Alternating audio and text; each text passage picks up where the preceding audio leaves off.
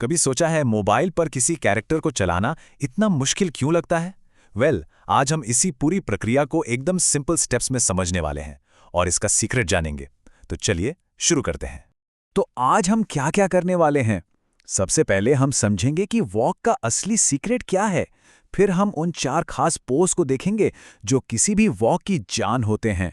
उसके बाद हम पहले आधा और फिर पूरा वॉक साइकिल बनाना सीखेंगे और आखिर में हम उस एनिमेशन को एकदम मक्खन जैसा स्मूथ बना देंगे।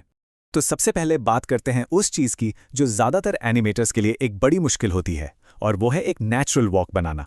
पर सच कहूं, इसका जो सीक्रेट है ना, वो हमारी सोच से कहीं ज्यादा सिंपल है। देखिए, जो लोग एनिमेशन में नए हैं उनके लिए एक नेचुरल वॉक साइकिल बनाना किसी पहाड़ चढ़ने जैसा लगता है। ऐसा लगता है कि अरे बाप रे, एक साथ कितनी सारी चीजें हो रही हैं। पर असलियत में इसे एक बहुत ही सीधे साधे रूल में समझा जा सकता है। और वो सीक्रेट वो छिपा है सिर्फ 4 की पोजेज में। जी हाँ, बस 4। ये जो पूरी कॉम्प्लेक्स मूवमेंट दिखती है ना, वो इन्हीं 4 पोज पर टिकी है। इन चारों को समझ लिया तो फिर कोई भी कैरेक्टर हो, उसे चलाना चुटकियों का खेल है। तो चलिए अब जरा गौर से देखते हैं इन 4 मैजिकल पोजेस को, जो हर वॉक साइकिल का बेस है, उसकी बुनियाद है। तो बस ये नंबर याद रखना है, 4। सारा खेल इन्हीं 4 पोज का है। ये हर एक कदम की नींव है। सबसे पहला है कॉन्टैक्ट पोज, मतलब वो पल जब कैरेक्टर का आगे वाला पैर जमीन को जस्ट टच करता है। यहीं से कदम की शुरुआत होती है। कॉन्टैक्ट के फौरन बाद आता है डाउन पोज। इसमें क्या होता है कि कैरेक्टर का वजन आगे की तरफ शिफ्ट होता है और बॉडी हल्की सी नीचे जाती है।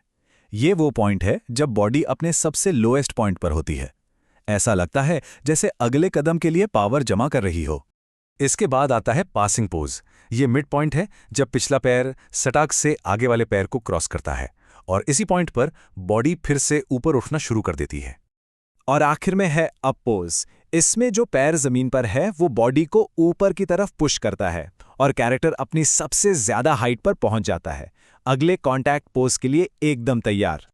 अच्छा, अब जरा इस बात पर गौर कीजिए कि इन चारों पोज में सिर की हाइट कैसे बदलती है। कॉन्टैक्ट और पासिंग पोज में सिर की हाइट सेम रहती है, डाउन पोज में सबसे नीचे और अप पोज में सबसे ऊपर। ये छोटी सी डिटेल है, पर यकीन मानिए इससे एनिमेशन में एक गजब का रियलिज्म आता है। ठीक है, थ्योरी तो बहुत हो गई, अब प्रैक्टिकल पर आते हैं। चलिए इन चारों पोज को एक साथ जोड़कर देखते हैं कि वॉक साइकिल का पहला आधा हिस्सा कैसे बनता है। ये तो बहुत ही सिंपल है। एनिमेशन के जो पहले 4 फ्रेम होंगे वो हमारे 4 की पोजेज ही हैं, बिल्कुल इसी ऑर्डर में। पहला फ्रेम कॉन्टैक्ट, दूसरा डाउन, तीसरा पासिंग और चौथा अप। और हाँ, एक गोल्डन रूल कभी नहीं भूलना, हाथ और पैर हमेशा ऑपोजिट चलते हैं। मतलब अगर दायां पैर आगे है तो बायां हाथ आगे होगा। इसी से तो बैलेंस बनता है और वॉक नेचुरल लगती है। तो आधा काम तो हो गया। अब मैं एक ऐसी ट्रिक बताने वाला हूं जिससे ढेर सारा टाइम बचेगा और वॉक साइकिल बिना किसी एक्स्ट्रा मेहनत के पूरा हो जाएगा। है ना कमाल की बात? सब कुछ दोबारा ड्रॉ करने की कोई जरूरत नहीं है। बस पहले 4 फ्रेम्स को कॉपी कीजिए, आगे पेस्ट कीजिए और फिर हाथ पैर उल्टे कर दीजिए। मतलब जो दायां पैर था वो बायां बन जाएगा और जो बायां हाथ था वो दायां। बस हो गया काम। और बस इसी के साथ हमारे पास एक बेसिक पर पूरा 8 फ्रेम का वॉक साइकिल तैयार है। इसे आमतौर पर 10 फ्रेम्स पर सेकंड पर चलाया जाता है, जिससे एक अच्छी नेचुरल स्पीड मिलती है। तो हमारा वॉक साइकिल अब चल तो रहा है, लेकिन हो सकता है ये थोड़ा सा रोबोटिक या कड़क लग रहा हो। तो चलिए अब आखिरी स्टेप पर चलते हैं और देखते हैं कि इसमें वो स्मूथ प्रोफेशनल वाला फ्लो कैसे लाया जाए। स्मूथनेस का सारा राज इन बिटवीन्स में है, मतलब की पोजेस के बीच वाले फ्रेम्स में। हम क्या करेंगे, अपने 8 फ्रेम वाले साइकिल से ही शुरू करेंगे और डाउन पोज के ठीक बाद एक नया फ्रेम डालेंगे। फिर पासिंग पोज के ठीक बाद एक और फ्रेम डालेंगे और फिर पहले की तरह ही इन नए फ्रेम्स को कॉपी करके साइकिल के दूसरे हिस्से के लिए रिवर्स कर देंगे। तो जैसा कि यहां दिख रहा है, फंडा सिंपल है। जितने ज्यादा फ्रेम उतना स्मूथ एनिमेशन।